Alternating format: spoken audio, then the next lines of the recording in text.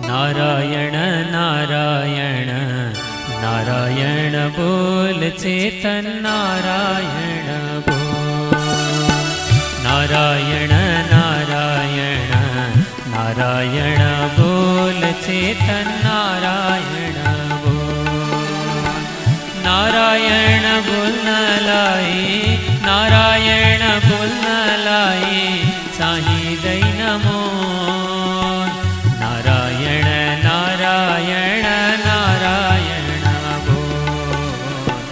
नारायण नारायण नारायण बोल। जय श्रीमन्नारायण।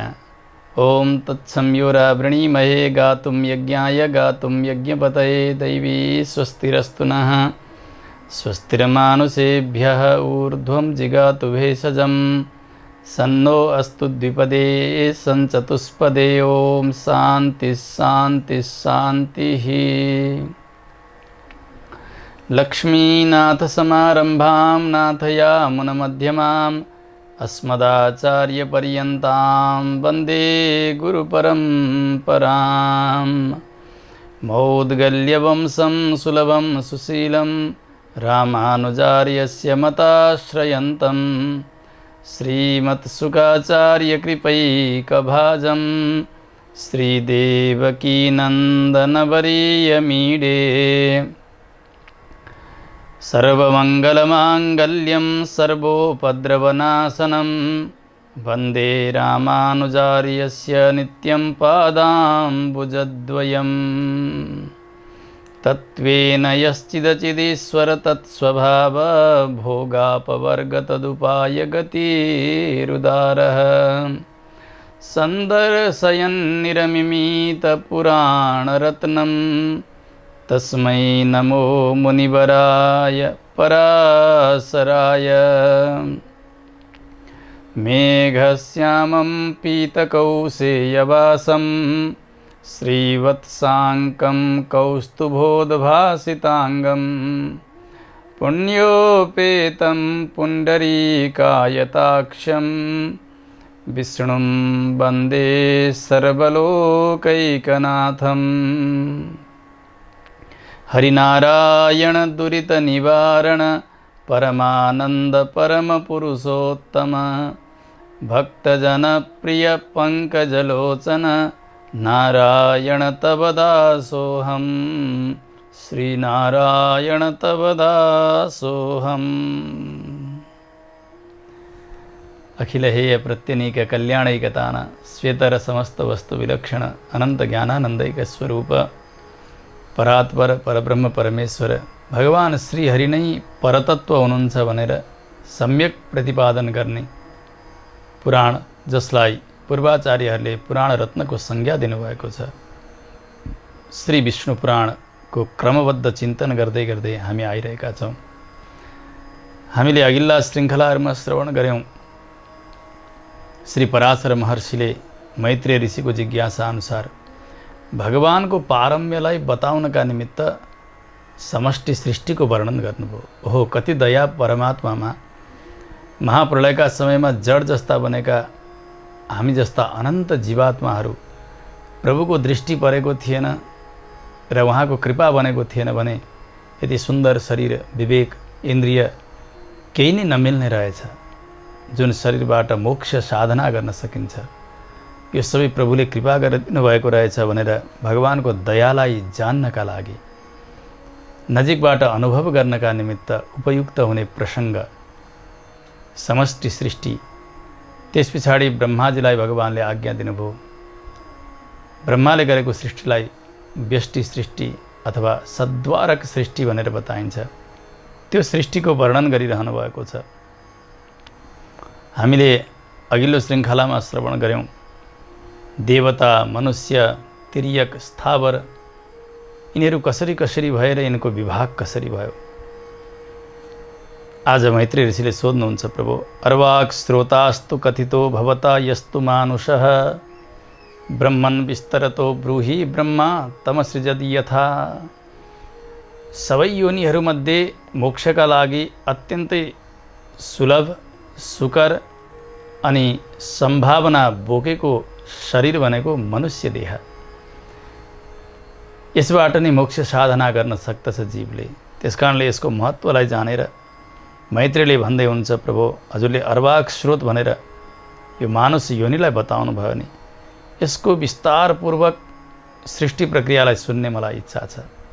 ब्रह्माले मनुष्यहरूको सृष्टि कुन प्रकारले गर्नुभयो, आज्ञा होस्, वर्णहरूको रचना कसरी भयो, अनि ती वर्णाश्रम अनुसार कर्मको विभाजन कसरी भयो, त्यो पनि मलाई सुन्ने इच्छा छ। पराशर महर्षि आज्ञा गर्नुहुन्छ, मैत्रेयजी सुन्नुहोस्, ब्रह्मालाई सदैव सृष्टिकै इच्छा रहन्छ, सदैव चिन्तन गरिरहनुहुन्छ, ध्यानस्थ हुनुहुन्छ। त्यो ध्यानद्वारा शक्ति आर्जन गर्दै गर्दै प्रभु कृपाले उहाँ सृष्टिमा अगाडि बढिरहनु भएको छ। उहाँले सृष्टि गर्दा कतिपय सत्वमय सृष्टि, कतिपय रजोमय सृष्टि, कतिपय तमोमय सृष्टि भयो। कतिपय सृष्टिले उहाँलाई कति नै शान्ति भएको छैन, कतिपय सृष्टिमा अलिअलि शान्ति मिलेको छ। त्यसमध्ये पनि मनुष्य सृष्टि भइसकेपछि उहाँलाई अलिकति शान्ति मिलेको छ। हो, मैले चाहेको प्रभु प्राप्तिका निमित्त उपयुक्त देह भनेको यही नै हो। अब जीवात्मा यहाँ रह्यो भने यसबाट उसले लक्ष्यलाई प्राप्त गर्न सक्दछ। यो विचार गरेर उहाँले 4 वर्णहरूको सृष्टि गर्नुहुन्छ। मनुष्यमा 4 वर्णहरू छन्, ब्राह्मण, क्षत्रिय, वैश्य अनि शूद्र।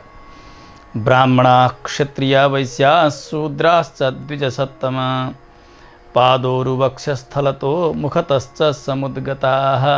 मुखबाट ब्राह्मणको सृष्टि, वक्षस्थलबाट क्षत्रियहरूको सृष्टि, जङ्गाबाट वैश्यको सृष्टि, त्यसै गरिकन पाउबाट, चरणबाट शूद्रको सृष्टि गर्नुभयो ब्रह्माले।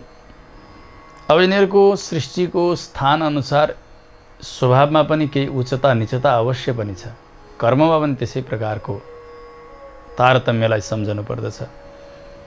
अब यता यज्ञ सम्पादन गर्नका निमित्त नै उहाँले यो चातुर्वर्णीय सृष्टि गर्नुभएको।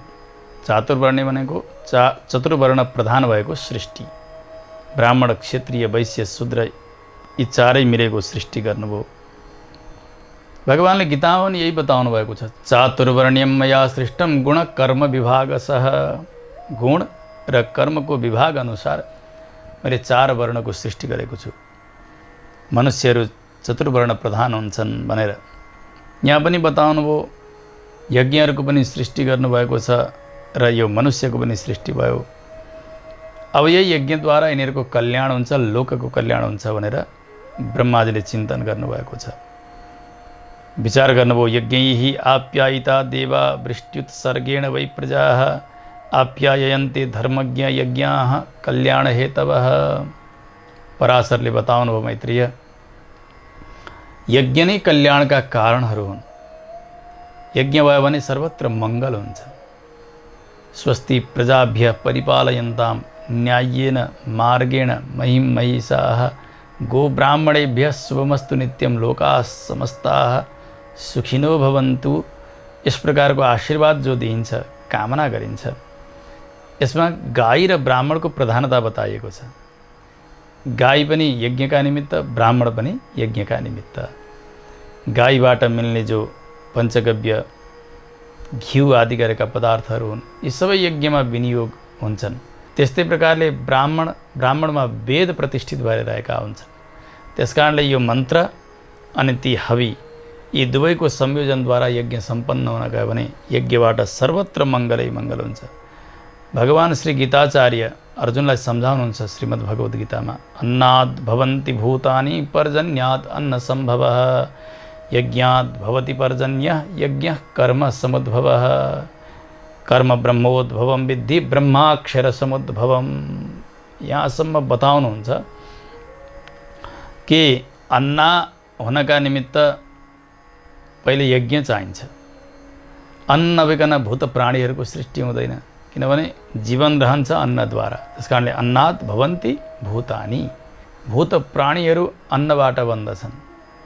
अन्न वर्षा भयो भने मात्र हुन्छ, वर्षा यज्ञ भयो भने मात्रै हुन्छ। अनि यज्ञ कर्मद्वारा मात्रै सम्पादन हुन सक्छ। कर्मका निमित्त व्यक्तिको आवश्यकता पर्दछ, प्राणीको आवश्यकता पर्दछ, किनभने कोही जडले अचेतनले कर्म गर्न सक्दैन। यसकारणले भगवानले यसलाई एवं प्रवर्तितम चक्रम भनेर गीतामा बताउनु भएको छ। एउटा चक्र हो। व्यक्तिबाट कर्म, कर्मबाट यज्ञ, यज्ञबाट वर्षा, वर्षाबाट अन्न, अन्नबाट पुनः प्राणीहरूको सृष्टि, अभिवृद्धि। त्यसकारणले सारा यज्ञहरू पनि सृष्टि गर्नुभयो, प्राणीहरू पनि सृष्टि गर्नुभयो। अब त्यसबाट लोक कल्याणका निमित्त आज्ञा पनि प्रदान गर्नुभएको छ। अब यज्ञहरू पनि अनेक प्रकारका हुन्छन्। कोही तामस यज्ञहरू, कोही राजस यज्ञहरू, कोही सात्विक यज्ञहरू। सदाचारीहरूले मात्रै यज्ञको यथार्थ अनुष्ठान गर्न सक्दछन्। यज्ञ भगवानको आराधना हो। भगवानको सेवा गर्नु, सेवाका निमित्त द्रव्य आर्जन गर्नु, कमाउनु, ल्याउनु, अथवा तुलसी उतार्नु, पुष्पमाला तयार गर्नु, अथवा अन्नका निमित्त भूमि तयार गर्नु, त्यहाँ अन्न लगाउनु, उत्पादन गर्नु, यी सबै भगवानका निमित्त गरिन्छन् भने यी यज्ञकै अङ्गभित्र पर्दछन्। भगवानको समाराधना पनि अङ्ग नै हो यज्ञको। त्यसकारणले केवल हवि लिएर अग्निमा स्वाहा स्वाहा गर्दा मात्रै यज्ञ हुँदैन। गीतामा सुन्दर निरूपण गर्नुभएको छ भगवानले।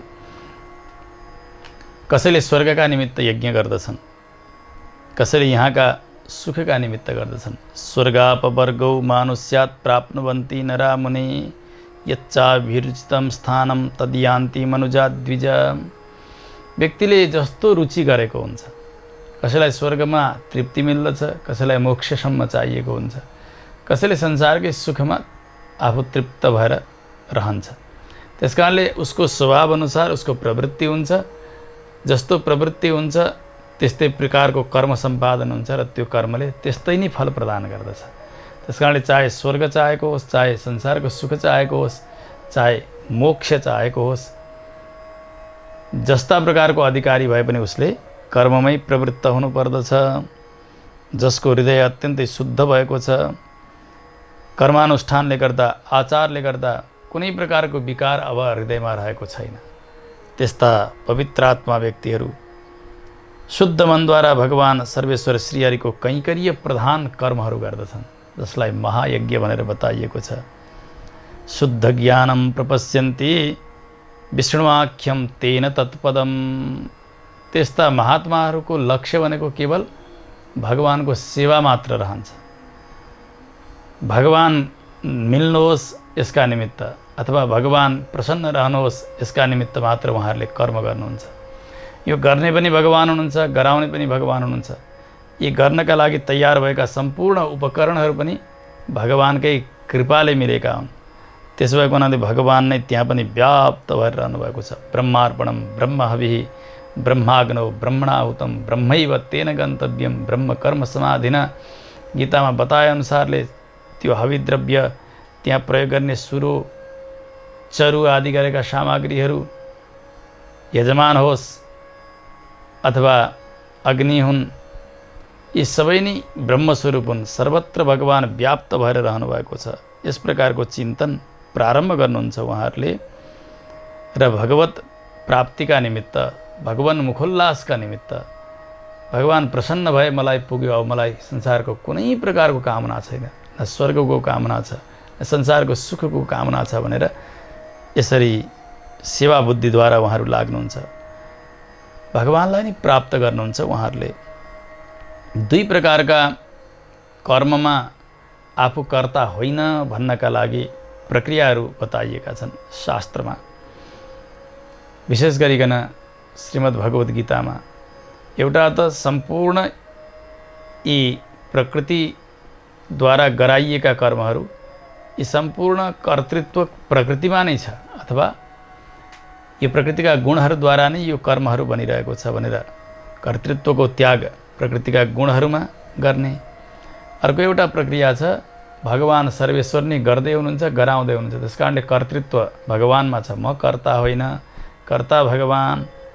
सामान्यका लागि कर्ता प्रकृति, म कर्ता होइन भन्ने। उत्तम अधिकारीका लागि कर्ता भगवान, म कर्ता होइन भनेर यस प्रकारको वर्णन गर्नुभएको छ भगवानले। तत्त्ववित्तु महाबाहो गुणकर्म विभागयोः गुणागुणेषु वर्तन्ते इति मत्वा न सज्जते। कर्तृत्व प्रकृतिमा त्याग्ने प्रक्रिया हो यो। प्रकृतिले नै गराइरहेकी छे। यी गुणहरू प्रकृतिमै मिल्दछन्, उहीँ बस्दछन्, यो मेरो कोही कर्म होइन, यसले मलाई छेक्दैन भनेर गर्ने एक प्रकारको भने। अर्को हो मयि सर्वाणि कर्माणि सन्न्यस्याध्यात्मचेतसा निराशीर निर्ममो भूत्वा युध्यस्व विगत ज्वर। अर्जुन, सम्पूर्ण कर्महरू ममै समर्पण गर। मयि सर्वाणि कर्माणि सन्न्यस्य। अनि अध्यात्मयुक्त मनद्वारा फलाशा नगरिकन, अहङ्कार नगरिकन अब तिमी आफ्ना कर्मयोगमा लाग भनेर भगवानले आज्ञा गर्नुभएको छ। यसबाट के सम्झनु पर्दछ भने गर्ने पनि भगवान हुनुहुन्छ, गराउने पनि भगवान हुनुहुन्छ। प्रपन्नजनले, ज्ञानीजनहरूले यसरी नै अनुभव गर्नुभएको छ।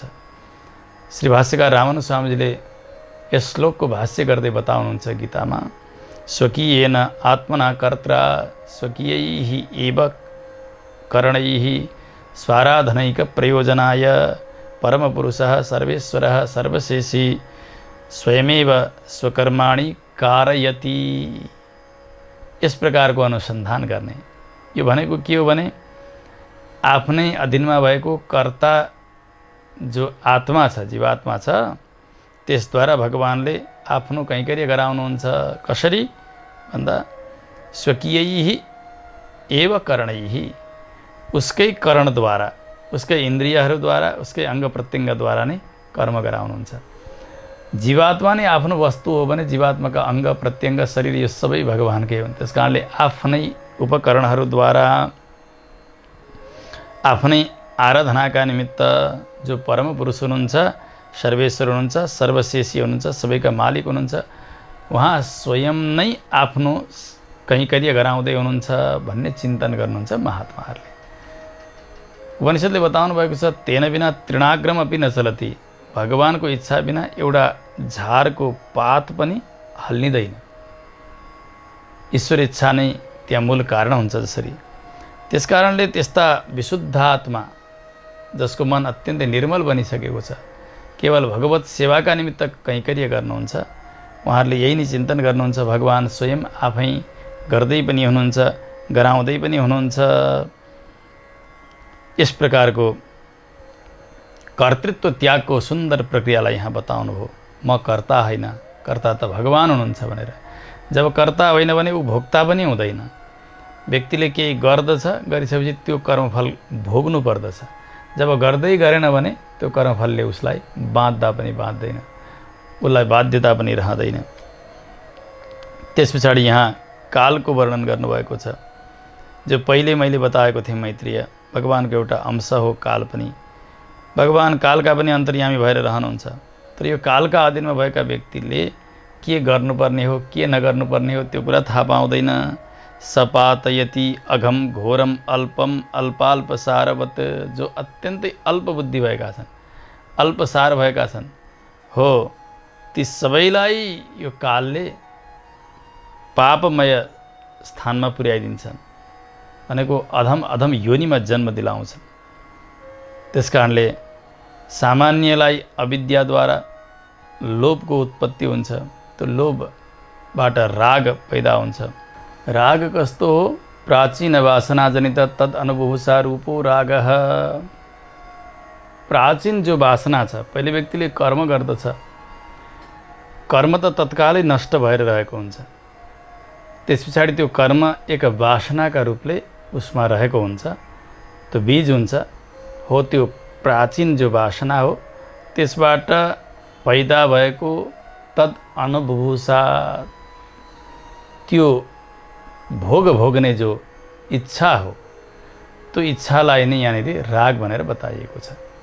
त्यसैले हेर्नु, कोही जुम्लिया दुई छोराहरू जन्माउँछिन् कोही महिलाले केही मिनटका अन्तरालमा, तर एकलाई एक वस्तु नभइकन हुँदैन, अर्कालाई त्यो चिज भयो भने छेउमै जान मन लाग्दैन।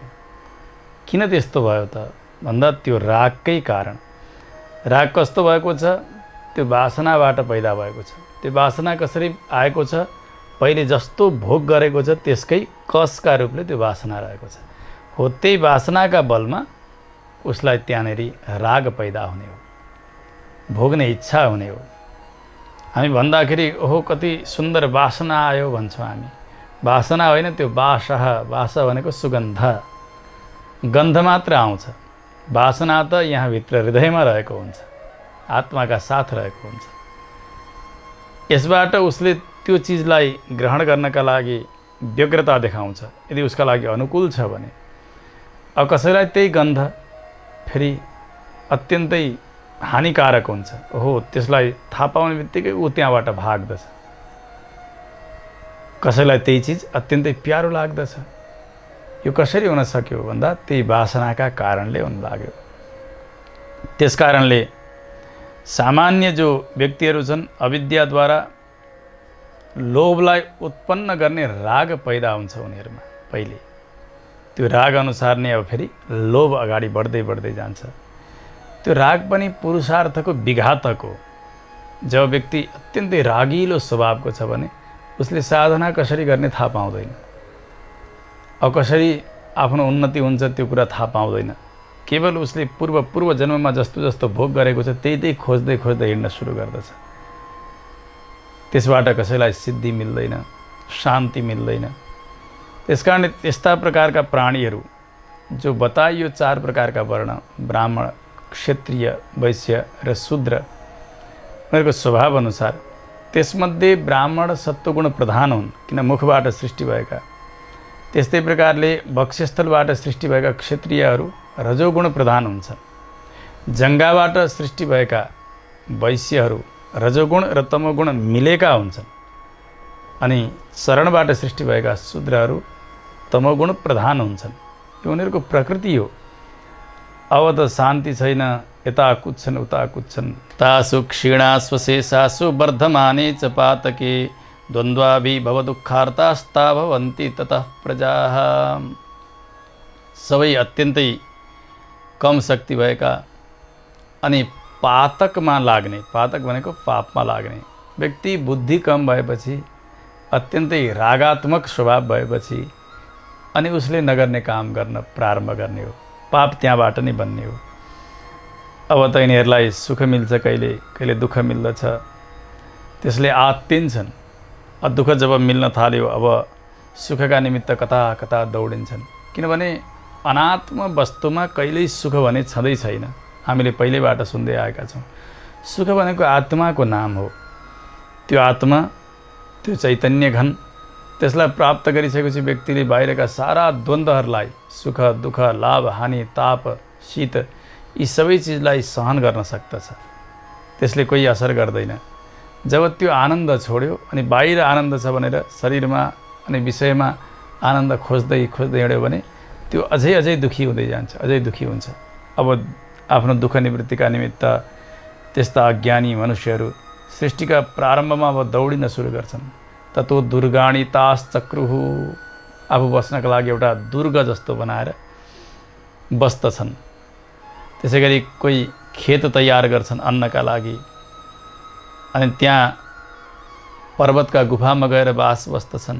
आफूलाई चाहिने अब हतियारहरू पत्थरका हुन्, काठका हुन्, अरू केही चिज खोजेर आफूलाई आवश्यकता पूर्ति गर्ने प्रकारका औजारहरू तयार गर्न प्रारम्भ गर्दछन्। कृत्रिमं च तथा दुर्गम पुरा खर्वटकादिकम। अब त्यहाँ अन्न लगाउँछन्, त्यो पनि आफूलाई जस्तो चाहिन्छ त्यस्तै लगाउँछन्। अब त कहिले शीतले बाधा गर्दछ, त्यसै गरी तापले बाधा गर्दछ, वर्षा हुन्छ, असिना पानी इत्यादि। यो सबै प्रकारको आपत्ति आउँदै गरिसकेपछि यो अस्थायी बसोबासले पनि उनीहरूलाई भएन। स्थायी आवासका निमित्त अब घर निर्माण गर्न प्रारम्भ गर्दछ मानव समुदायले। हेर्नु, सृष्टिका प्रारम्भमा यी सबै चिज कहाँ थिए र? मानवले आफ्नो बुद्धि लगाउँदै त्यसमा पनि आफ्नो स्वभाव मिसिएको छ। त्यसमा रजोगुण हो कि तमोगुणको अधिकता छ अथवा सत्वगुणको अधिकता छ, त्यही अनुसारले उसले आफ्नो आवास, आफ्ना दैनिकी, आफूलाई चाहिने भोग्य पदार्थहरू, आफूलाई चाहिने अन्न आदिको सृष्टि, त्यसको उत्पादन, त्यो सबै नै उसले गर्दै गर्दै जान्छ। अब त हुँदै गयो, घरहरू बनायो, मानव समुदाय अब त्यस घरमा बस्न लाग्दछन्। अब घरमा बसेर मात्र पनि भएन, वनका कन्दमूल फल इत्यादि खान्थे। अब त्यो पनि टाढा हुन लाग्यो। अब वन पनि नजिकै छैन, फल पनि पर्याप्त हुँदैन। अब के गर्ने?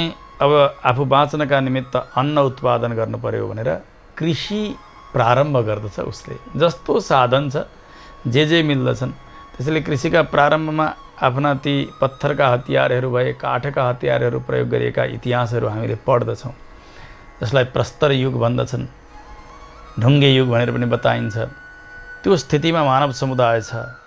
अब उसले त्यहाँ भएका पशुहरूलाई सङ्ग्रह गर्दछ र पशुहरूबाट पनि कसबाट के काम लिन सकिन्छ त्यो कुराको खोजी गर्दछ। किन मानवमा अलिकति विवेक छ, उसले त्यहाँभित्र कुनबाट कस्तो कार्य गराउन सकिन्छ त्यो कुराको चिन्तन प्रारम्भ गर्दछ। जस्तो कि गोरुलाई नारेर, हलो तयार गरेर जोतेर भूमिमा अनेक प्रकारका अन्नहरू उत्पादन गर्ने, यो कुराको परिकल्पना र त्यसको प्रयोग उसले गर्न प्रारम्भ गर्यो। कृषि प्रारम्भ भयो। त्यसमा धेरै प्रकारका औषधिहरू तयार भएका छन्, जसलाई अन्न भनियो। अन्न नै औषधि हुन् भनेर पनि बताइएको छ। त्यस कारणले यसै औषधिका लागि औषधि पनि छन्। रोग निवृत्तिका निमित्त, क्षुधा, भोक अथवा प्यास इत्यादि निवारण गर्नका निमित्त हुने औषधिहरू, यिनीहरू पनि महौषधिहरू हुन्। त्यसमध्ये 17 प्रकारका ग्राम्य औषधिहरूको सृष्टि मानव समुदायले प्रारम्भ गर्यो। त्यसमध्ये धान भयो, जौ, गहुँ, तिल, कागनो, त्यसै गरी कोदो भयो, अनि सानो प्रकारको मटर हुन्छ, त्यो मटर। त्यस्तै प्रकारले मास, मुङ, मसुरो दाल, त्यसै गरी अलिक ठुलो प्रकारको पनि मटर हुन्छ, त्यो मटर। अनि गहत, अर्को षडपुष्पिका नाम गरेको एउटा औषधि। त्यस्तै प्रकारले आढक्य चरणकाश्चैव, आढकी भनेको रहर दाल, त्यस्तै प्रकारले चणक भनेको चना, यिनीहरूको पनि सृष्टि हुन्छ। यी 17 प्रकारका ग्राम्य औषधिहरूको सृष्टि भयो। गाउँमा आफ्नो आवासका नजिक लगाउने, अनि यी खुब फल्दछन्। अनि त्यसलाई फेरि त्यसबेला जस्तो साधन मिल्दछ, कसैले काँचै, कसैले त्यसलाई फेरि बिस्तारै पकाएर खान सिक्न थाले। जसरी तसरी पनि जीवन चलाउनलाई अब मानव समुदाय लाग्न थालेको छ। समय हुँदै गयो।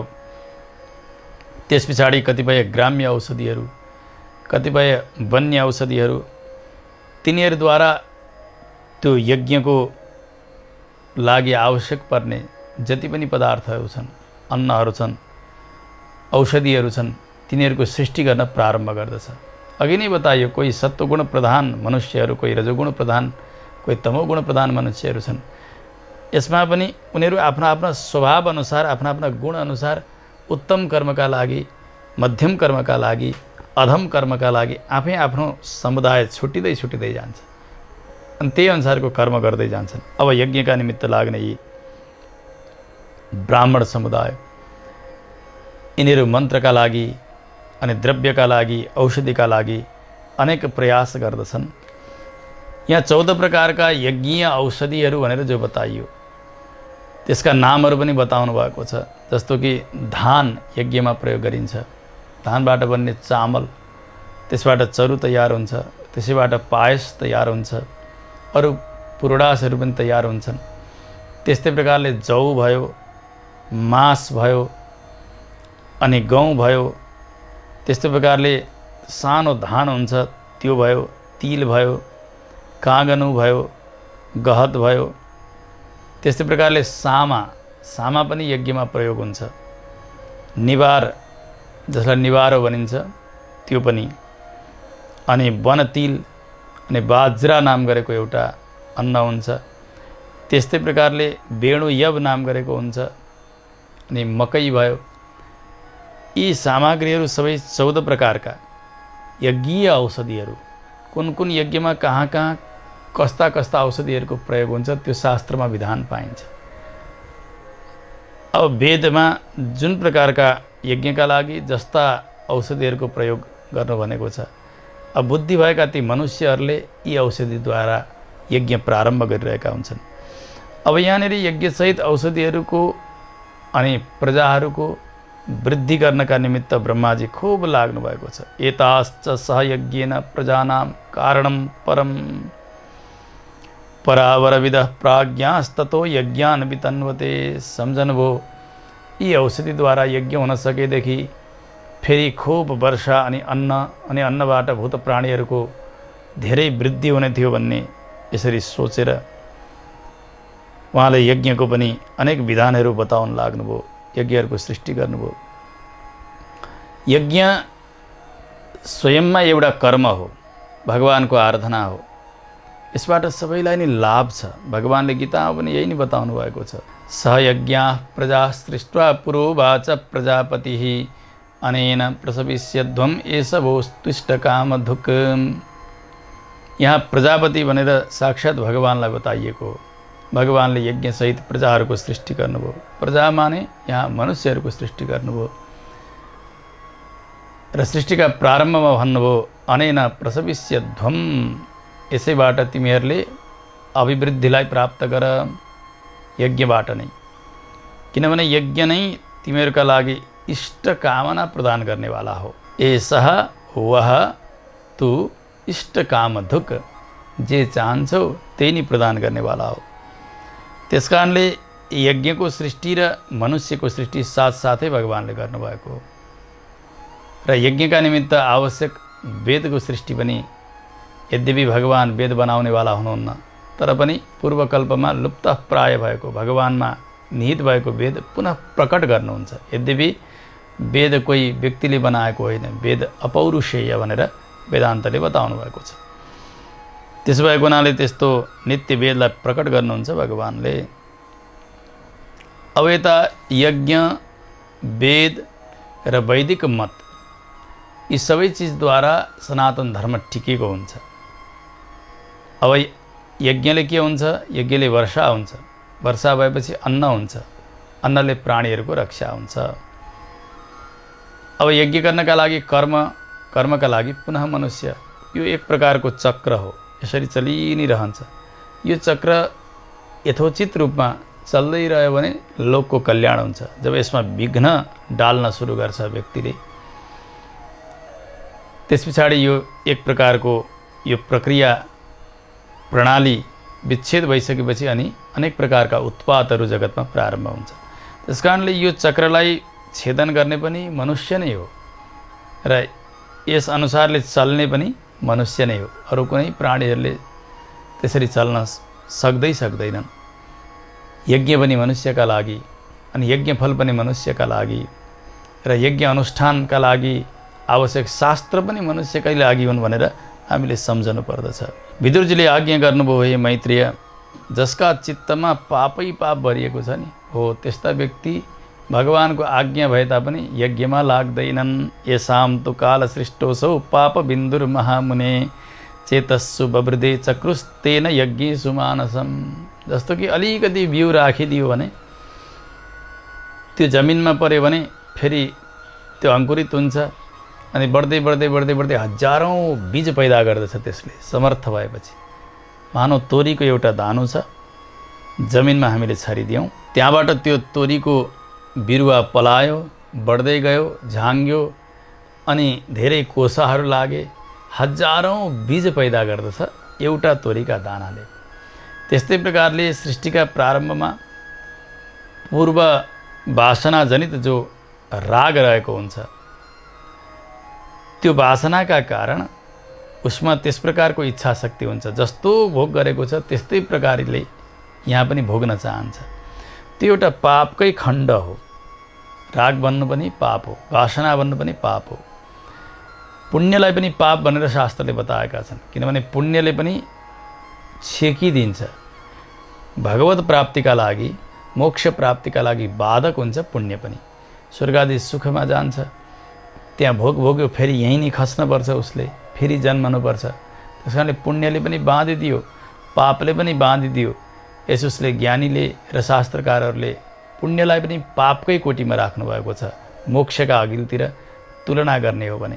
त्यस कारणले मोक्ष नै सर्वोपरि कल्याणको स्थिति हो मनुष्यको।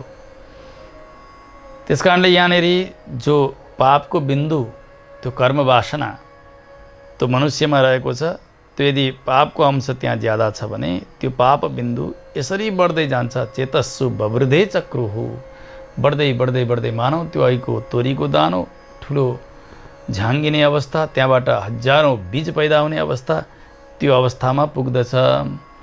न यज्ञेषु मानसम, तिनीहरूको मन यज्ञमा लाग्दैन।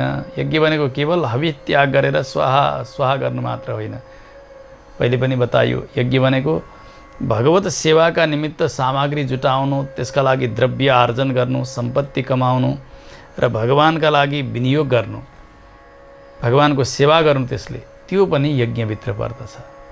त्यसकारणले उनीहरूको भगवत सेवामा मन लाग्दैन, यज्ञमा मन लाग्दैन।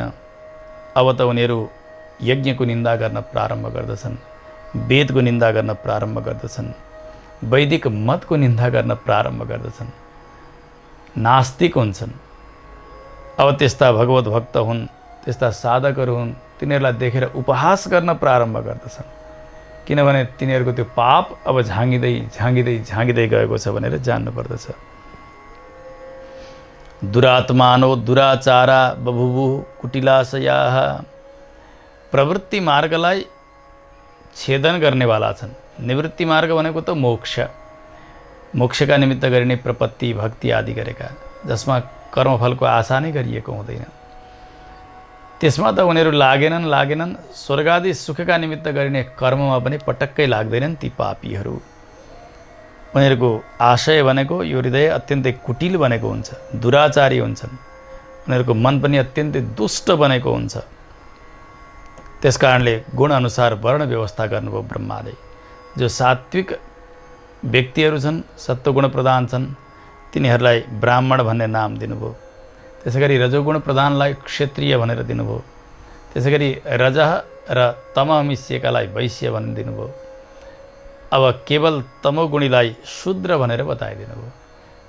सृष्टिका प्रारम्भमा त केवल मनुष्य थिए, तर साथसाथमा चतुर्वर्णको सृष्टि गर्दा प्रधान कारण भनेको उनीहरूमा भएको स्वभाव, उनीहरूमा भएको आचरण, उनीहरूमा भएका गुण, उनीहरूको शरीरको स्थिति, शुद्धि अशुद्धि, यी सबै चिजलाई मिलाएर नै यी चार वर्णको व्यवस्था गर्नुभएको छ।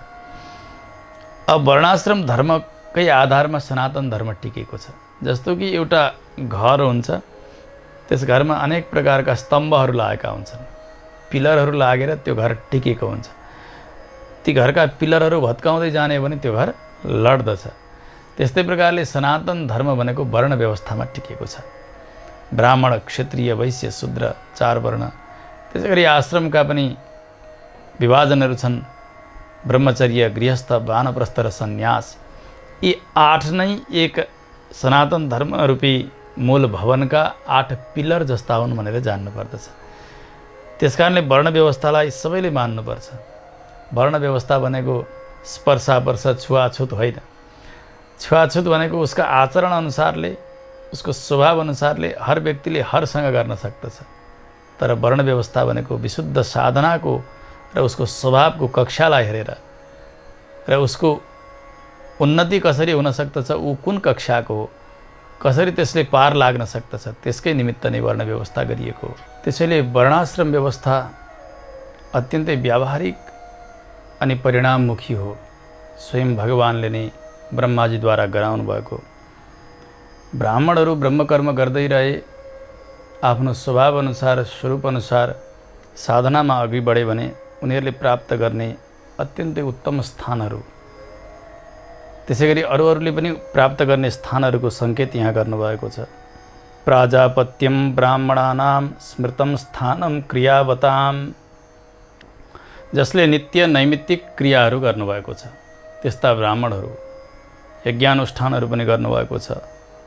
त्यस्ता ब्राह्मणहरूले प्राप्त गर्ने भृगु आदि गरेका लोकहरू छन्, जो पुण्यका बलमा प्राप्त हुन्छन्। शरीर छुट्दछ, त्यो पुण्य शेष रहन्छ, त्यसैद्वारा नै उहाँहरू तत्तत उत्तम लोकमा प्राप्त हुनुहुन्छ। क्षत्रियहरूले प्राप्त गर्ने भनेको इन्द्रलोक भन्दै स्वर्ग जाने भनेर बताइन्छ। त्यसकारणले स्वर्गको सुख प्राप्त गर्दछन् उनीहरूले। तर उनीहरूले पनि नित्य नैमित्तिक क्रियाहरू गर्नु नै पर्दछ जस्तो बताइएको छ। वर्णाश्रम धर्म जस्तो आज्ञा छ क्षत्रियका लागि, त्यो पनि उनीहरूले गरेको हुनुपर्दछ। त्यसै गरी वैश्यहरू हुन्छन्, उनीहरूले वायुलोकलाई प्राप्त गर्दछन्।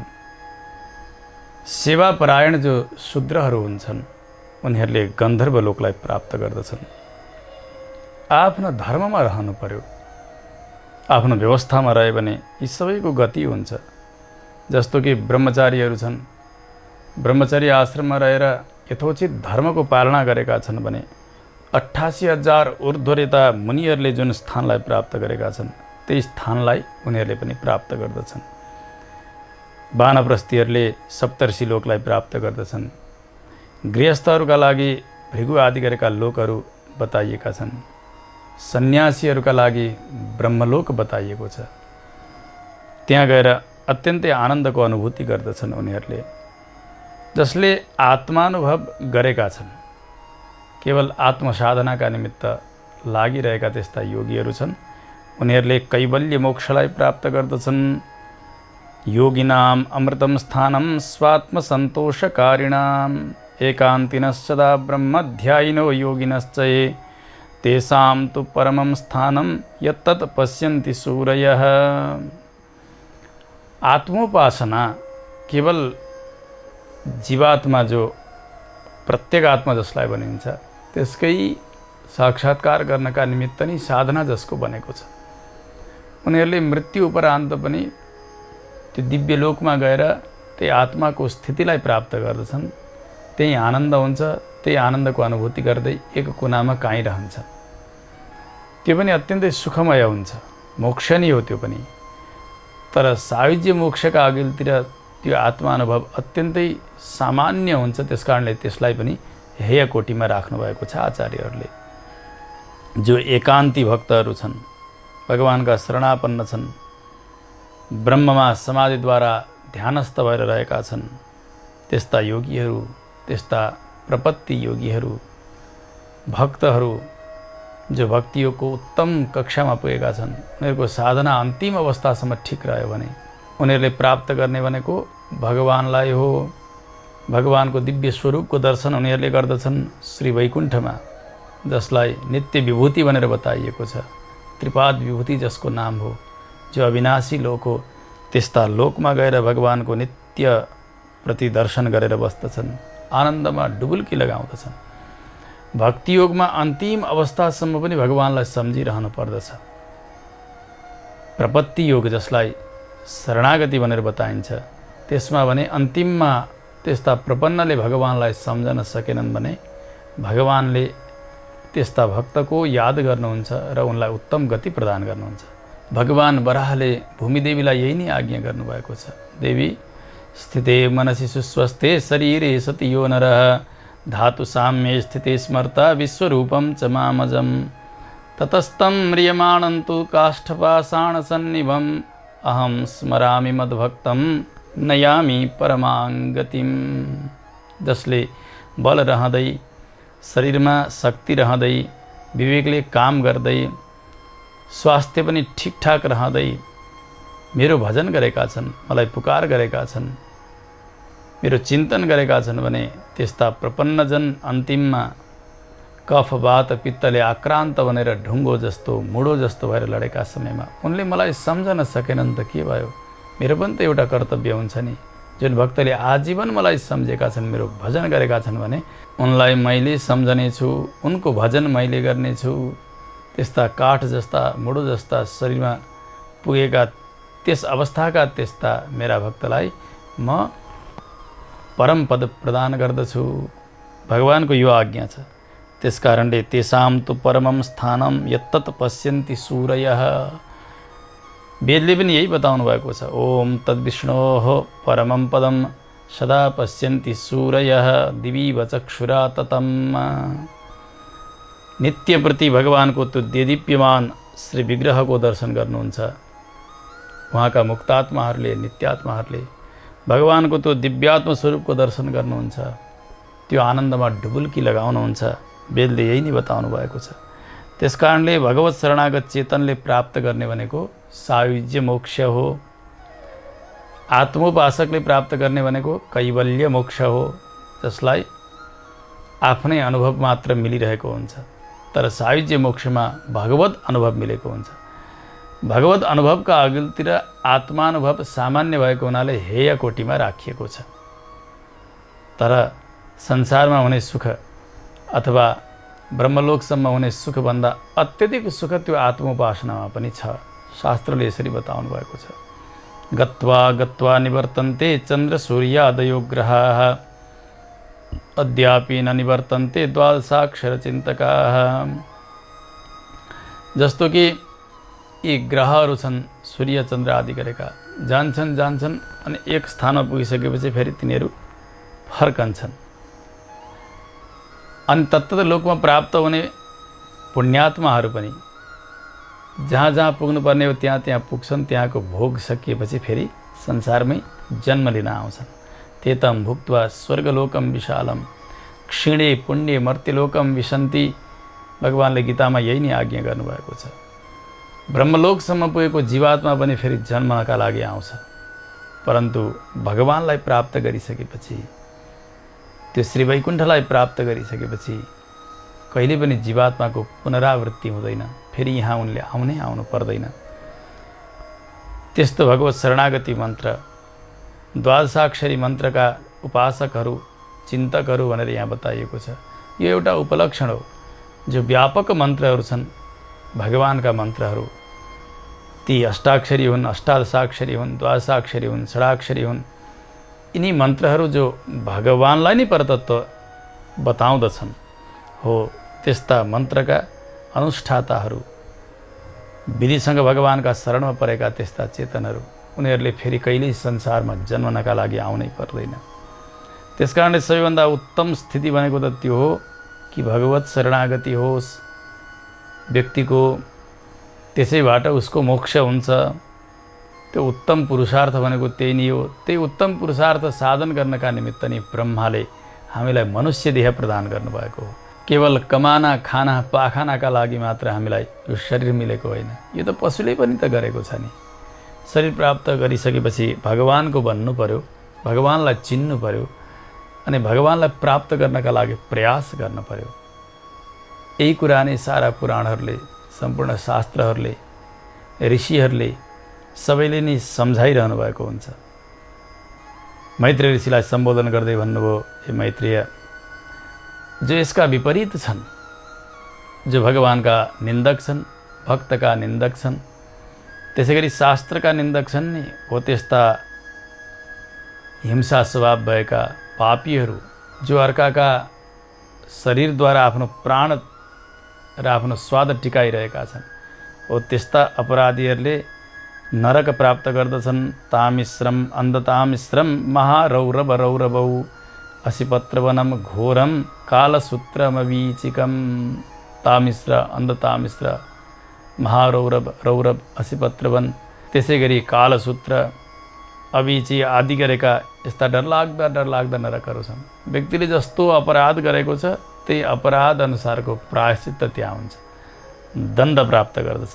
बडे इमानको कराईमा खटखट तेल पाकिराखेका ठाउँमा पकौडा जस्तो भएर, पुडी जस्तो भएर पाक्नु पर्दछ। यसले आगामा जल्नु पर्दछ, त्यसै गरी हिउँमा डुब्नु पर्दछ, तलवारले काट्दछन्।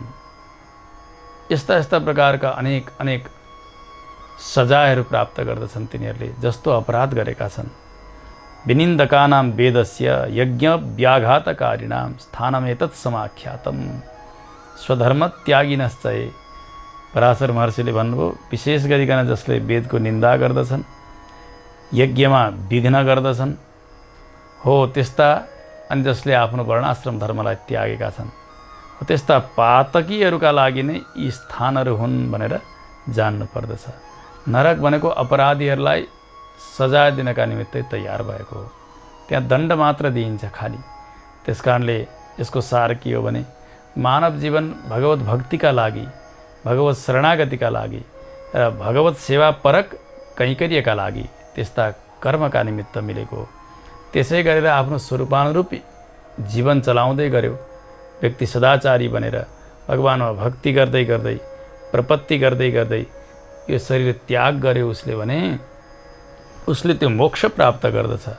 यसको विपरीत संसारमा भुल्यो, विषयमा अत्यन्तै डुब्यो, स्वधर्मलाई त्याग गर्यो, वेदको, ब्राह्मणको, गाईको, धर्मको, यज्ञको निन्दा गर्न प्रारम्भ गर्यो भने यसको मृत्यु पश्चात नरकवास हुन्छ, त्यहाँ दण्ड प्राप्त गर्दछ भनेर यी दुई प्रकारका स्थितिहरूलाई विशेष रूपले यहाँ बताउनु भयो। समय भयो आज पनि कथा विश्रामको। अब भोलि कस्तो जिज्ञासा गर्नुहुन्छ त्यो श्रवण गर्न हामीले प्रतीक्षा गर्नुपर्नेछ। आजलाई कथा यहीँ विश्राम गरौँ। जय श्रीमन्नारायण। यो जिन्दगी खिल्छ त्यसैले त शास्त्र भन्छन् नारायण बोल चेतन नारायण बोल। त्यसैले त शास्त्र भन्छन् नारायण बोल चेतन नारायण बोल। नारायण बोल्नलाई, नारायण बोल्नलाई चाहिँदैन मोल। नारायण नारायण नारायण बोल। नारायण नारायण नारायण बोल। नारायण नारायण नारायण बोल चेतन नारायण बोल। नारायण बोल चेतन नारायण बोल। नारायण बोल चेतन